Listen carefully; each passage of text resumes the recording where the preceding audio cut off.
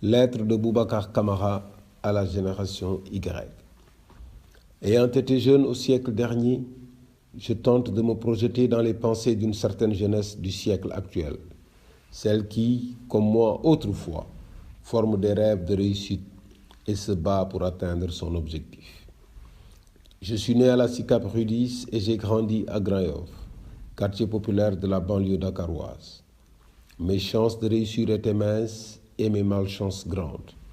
Devenu aîné de ma famille par la force du destin avec le décès prématuré de mes deux grands frères, j'ai été tenaillé entre la rigoureuse éducation de mes parents et l'incessante pression d'un environnement marqué par les combats de rue, les colladeras et les diverses tentations dont l'alcool et la drogue.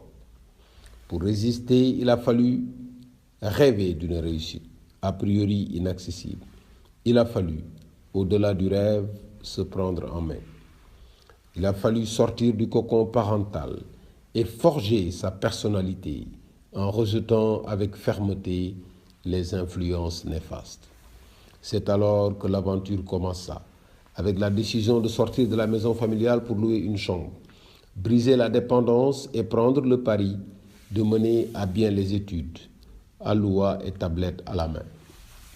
Aujourd'hui, rétrospectivement, je frissonne en pensant à la fragilité dans laquelle j'ai été installé par le sort et je pense à vous, la jeunesse d'aujourd'hui, avec qui je brûle d'envie d'échanger pour vous encourager. Je vous ferai part de mes likes et de mes dislikes. Je partagerai mes commentaires et les leçons que je crois avoir tirées de la vie. Cette jeunesse est symbolisée par la génération Y.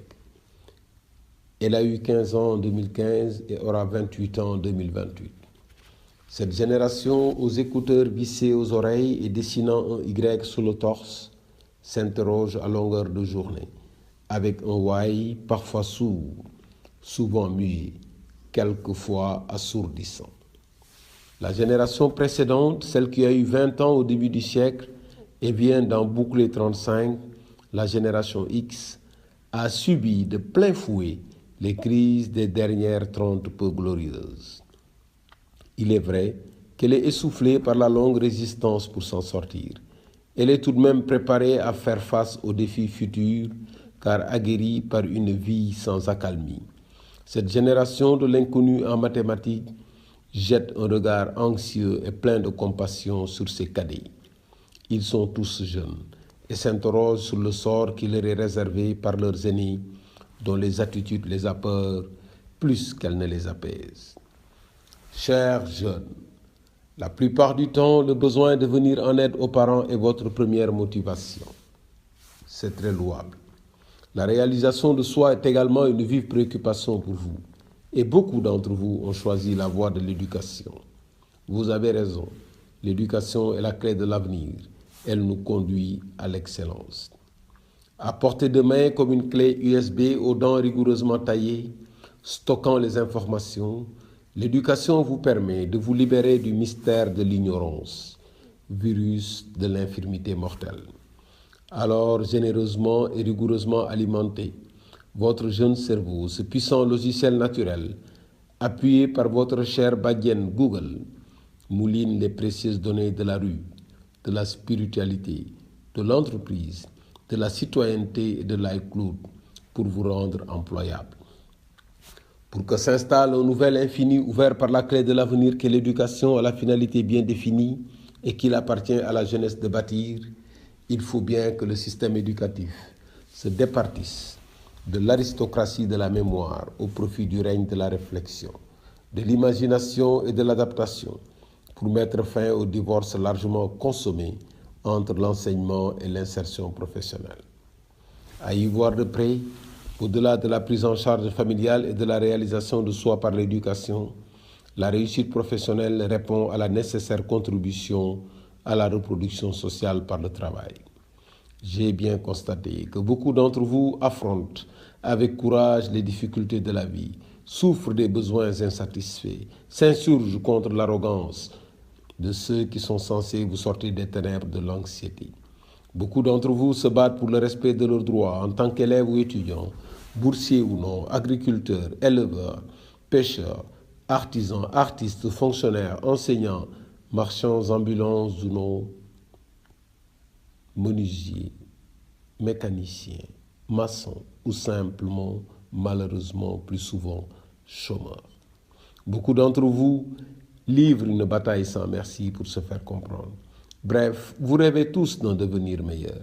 J'ai bien remarqué que certains d'entre vous ont choisi le dur chemin de l'émigration, que je souhaite toujours provisoire, pour se frayer le chemin d'une réussite honorable. Où que vous vous trouvez, je sais que votre cœur bat pour le Sénégal, votre pays, l'Afrique, votre continent. Chers jeunes, prêtez-moi votre fougue. En échange, je tiens à votre disposition le peu de maturité que j'ai acquis et ensemble, nous réussirons à conquérir la place digne de votre poids dans la société sans jamais baisser les bras. Chers jeunes de la génération Y et des autres qui suivent et suivront, peu de gens vous parlent. Encore peu d'entre eux vous écoutent. J'ai pris le pari d'enfiler ma robe d'avocat pour vous accompagner au tribunal des incompris d'aujourd'hui que vous êtes et maître de demain que vous deviendrez. Car ma conviction est faite que rien de pérenne ne se fera sans vous. Je suis déterminé à examiner avec vous les voies et moyens pour dissiper le doute sur votre impérieux devoir de ne pas vous contenter de participer au jeu, mais d'en fixer les règles. Je ne ménagerai aucun effort pour tenter de vous convaincre. Beaucoup d'entre vous le sont déjà, j'en suis sûr, que le seul choix qui s'impose à vous est de prendre votre destin en main, car votre combat est le seul qui vaille la peine d'être mené. Bien entendu, pour nourrir nos échanges, vos inputs sont attendus. Dans l'espoir que cette lettre ne tombera pas dans vos spams, je vous dis à plus pour un cheminement fructueux. Vive la génération Y.